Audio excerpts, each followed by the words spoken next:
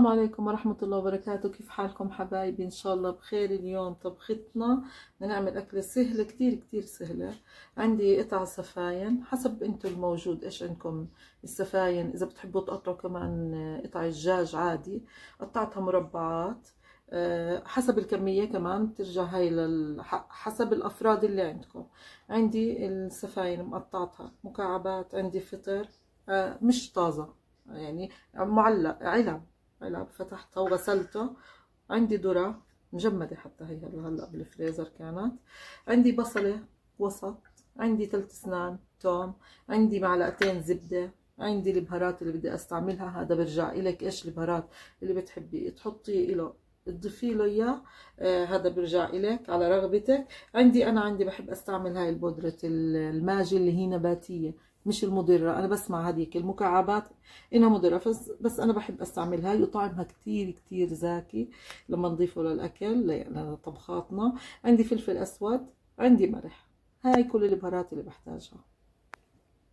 على الغاز بقلاية، كله بده يكون طبيخنا بالقلاية هاي، الطوى بقولوا عليها في ناس.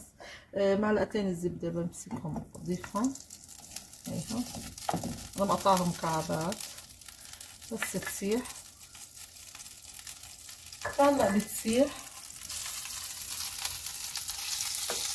بسم الله الرحمن الرحيم. ريحة الزبدة حلوة على فكرة، لا زيت ولا يعني، هي زيت الزيتون طبعا لا يعلى عليه، بس هذا الأكلة هاي اللي بدي أطبخها أزكى بالزبدة. هي ساحت بلشت تسيح معي. هلا الزبدة ساحت، بضيف لها البصلة المقطعة ومعها التومة.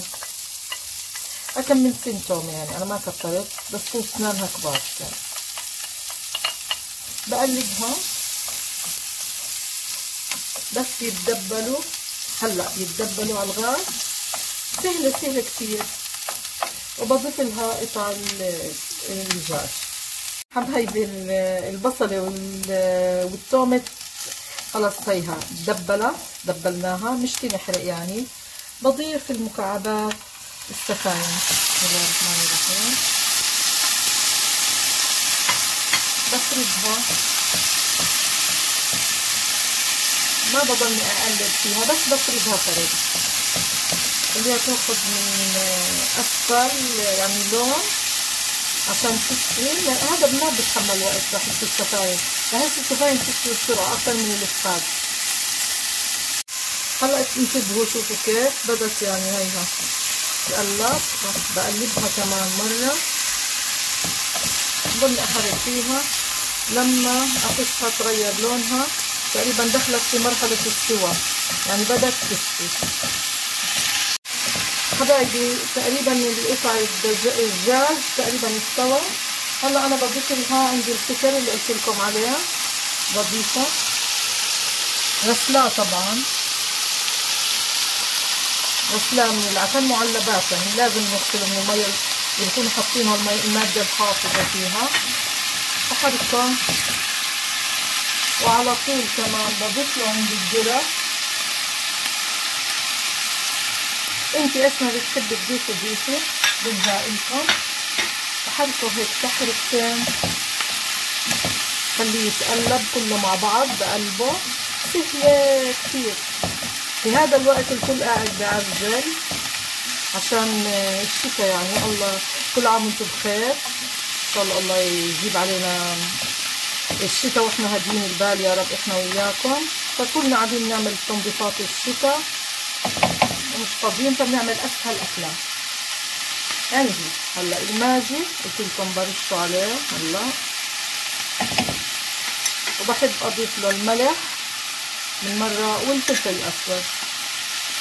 هلا بضلني اقلب فيه لما احسه يعني تنشف شوي. ايوه شوفوا المنظر، ما احلى ريحة الزبدة بالاكل، ما احلى ريحة الزبدة. شايفين لسه بتفيها شوية. كله بتعمليه في القلاية، ما إله داعي تعمليه في طنجرة او اشي ثاني توسخي 100 غرض. لا بالقلاية كمان عشان ينوفر عليكم الجري. حبايبي هيك تقريبا استوى قطع الدجاج. انا عامله كريمه طبخ، هيها محضراها ومجهزاها على السريع. اذا بتحبوا اقول لكم كيف عملتها بعملها بفيديو ثاني. بسم الله الرحمن الرحيم، وبضيفها له وبغطيها. سهله كتير وزاكيه. بخليها لما تستوي وتغلي عليها يستوي الدجاج ياخذ من طعم الكريمه. هاي كريمه طبخ طبعا. وبغطيها هلا وبتركها لما تغلي عليها حبايبي. وهيك بتكون طبختنا جهزت. هلا بدنا نفلفل جنبها رز. شوفوا جمالته. هاي انا عملته الكريمه. بتبقى خلص موجوده عندك في البيت، بس بتكون يعني مش متوفره عندك كريمه الطبخ، انت بتقدري تعمليها. وهلا بدي اطفي عليها. شوفوا هالشكل ما احلى. طبختنا هيك بتكون جاهزه. هلا بدي افلفل الرز. يلا. ضفت زيت يعني ذرة طبعا. مولع الغاز. قدح. بدي بحط له الرز. بكون نقعاه، غسلاه طبعا ونقعاه. هلا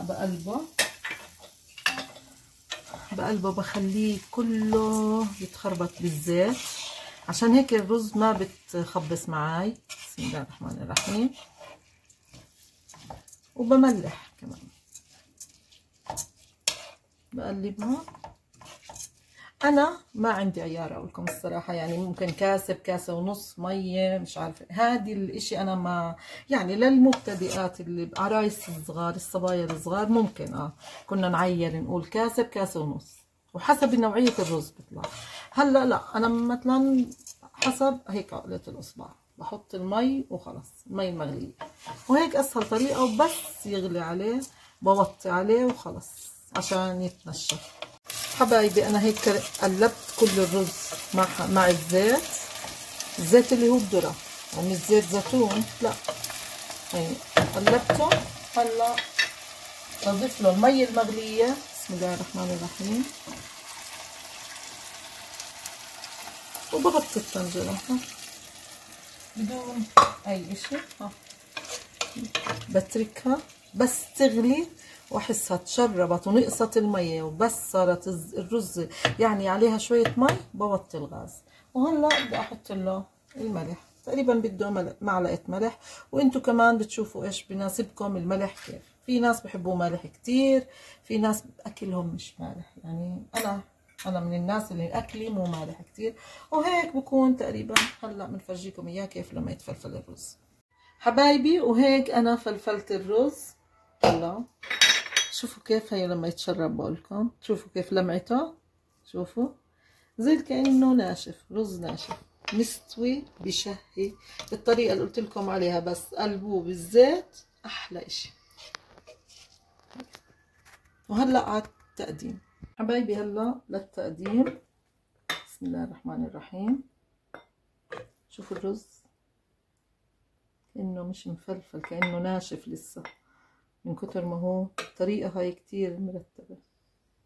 أنا دائما هيك بعمل طريقتي بالرز، خاصة الرز السادة الأبيض. هيك تلاقيه بيطلع الحبة وأختها هيك بيحكوا عنها. والحبة وأختها يعني مفلفلة فلفل. هيا بجيب طبق عشان يعني العين اللي بتاكل. هيها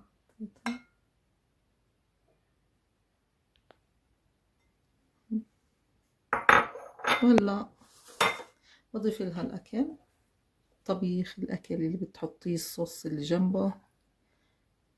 هيا الكريمة بالفطر، بالذرة، بالكريمة، بقطع الدجاج.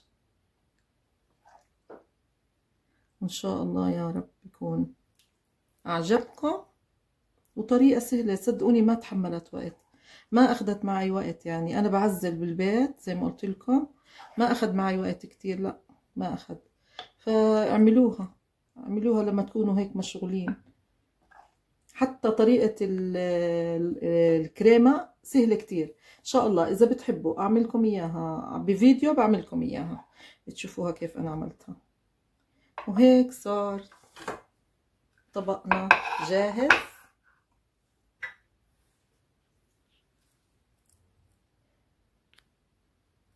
عشان يعني سبحان الله العين زي ما بقولوا لي بتاكل، تحبوا تضيفوا لها هيك عرقين بقدونس عادي.